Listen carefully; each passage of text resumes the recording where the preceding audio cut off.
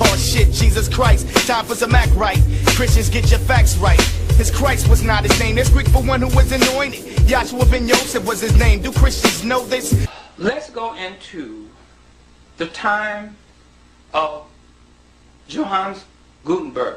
Skipping a little bit. 1437, he created what is known as a printing press with movable print for the Europeans, even though the Chinese had invented a printing press with movable print in the 12th and 13th century. But here you have in Europe, for the very first time, a printing press with movable print. But the problem came to be is that he needed money. So he borrowed money from an individual who really was a baron. The barons at that time, which are Lombards, etc., etc., they were the ones that handled and had the money. Okay, they were money lenders. He borrowed money from Johannes Fust, F-U-S-T, at a high interest, which he couldn't pay back.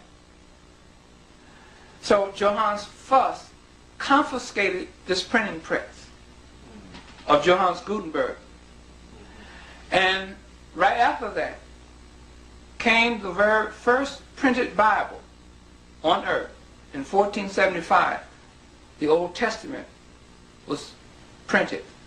This Old Testament consisted of the Pentateuch, first 5 books of Moses, and it's also called the Old Testament. The Old Testament, first 5 books of Moses, and the Pentateuch is all one and the same.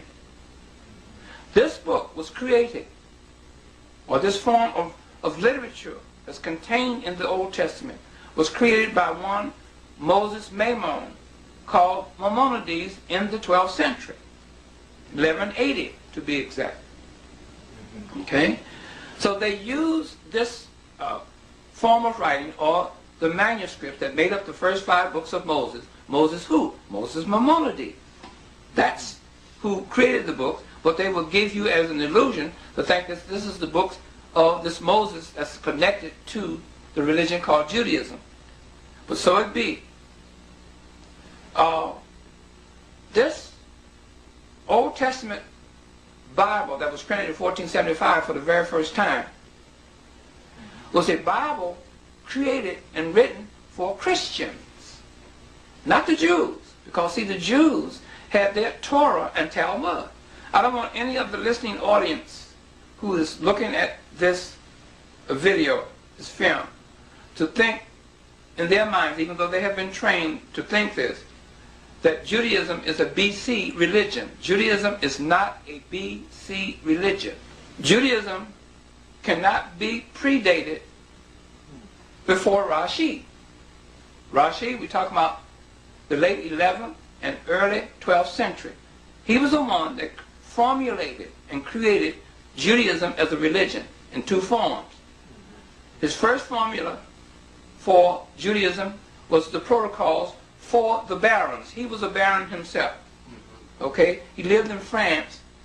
His family owned vineyards. It was grape growers. So these were barons. And today they are known as Jews. Okay? Now, this formula for them was created by Rashi, which is the protocols of how a baron should act, how he should keep his money, how he should treat the people living in and around the mass people who living in the world today, or the masses of people living in the world today. How to treat them, how to interact with them, how to do business with them, etc., etc. Then the next formula that Rashi created was the formula for Judaism, the beginning formula for Judaism, because he wrote what is known as Sefer HaYasa literature. Sefer means books, Ha means of, and Yasa means books of the upright ones. Who are the upright ones? Abraham, Isaac, and Jacob. Those are your upright ones. That's what he wrote about. According to. See? Okay. Now, all this was created by Rashi, so you cannot put Judaism in BC time era. So Judaism is not a BC religion, and you cannot predate Judaism as a religion prior to Rashid. We're talking about the late 11th and early 12th century. Nor can you predate Judaism prior to the Crusades of 1096. You see? So now, here you have the barons in conflict with the Christians of Europe. You see? So this is where the conflict came in. This is where the polemic came in between the Christians of Europe and the barons, who are the moneylenders, who also are the Lombards. And if you go to England, you will go to a street called the Lombard Street, or Lombard Street. And that's where all your banking houses are today. Your lending institutions, the House of Rothschild, Solomon Brothers, etc., etc. That's where your money lending institutions are, right there today. That's just nothing but an offshot of these Lombards or barons, okay? But Western Christianity had a polemic going with these various barons through history, okay? And what happened when the first Bible was printed in 1475, which is called the Old Testament, that was written and created for Christians. Why? Because the Roman Catholic Church had taught their parishioners against the barons, against the moneylenders, against the Templars. You got to understand, Hebrewism come out of a religion called Judaism. Who created Judaism is one Rashid, 1080 to 1100, 20 years to create it. How did he create it? He created formulas for it. The formula for Judaism as a religion. Okay? And that formula was taught to a people known today in history as the Templars. You have to go back into the Crusades to learn about the Templars, etc. And they began to disseminate in a religious form the formulation or the form that Rashid created for a religion called Judaism. Judaism is not a BC religion, even though they teach the masses of people that Judaism was first, Christianity second. They said that this Jesus the Christ was a Jew first, and that after his death, supposedly in 30 AD, came what is known as Christianity. But they are saying that Jesus was a Jew, and they teach you that from Judaism and Christianity came Islam, or the Muslims, etc., etc. You see? Well, that's historically incorrect. The first of the three major Western religions is called Christianity in the New Testament. And the New Testament was written by a homosexual by the name of Desiderius Erasmus. Okay? He was commissioned by Pope Alexander VI in 1500 to write something on the object of Christianity. The object of Christianity is Jesus the Christ. So what he did, after 16 years of formulating his writings, he came out with what is known as the Synoptic Gospels, or the three Gospels, or the three manuscripts, which is consisting of Mark, Matthew, and Luke. They always tell you that John came later. That's true. So he came out with the Synoptic Gospel, or the Old Testament, the New Testament, but it was called in 1516 the Novum Instrumentum. 1519 they changed it to the Novum Testamentum. 1535 they changed it to the New Testament. Now Erasmus, Desiderius Erasmus, was a European playwright who was an ex-Roman Catholic priest. Okay? And he came out for the very first time with the creation of what we know today as a New Testament. And then he went on and added 6 more other books to the New Testament, or the Novum Instrumentum, which is 1 and 2 Peter, 1 and 2 Corinthians, Galatians, and Epistles to the Romans. Those are his 6 manuscripts. So he had 9 manuscripts that made up the New Testament. This is history. Okay? So, once you understand that the Old Testament and was written and came out of the religion called Judaism.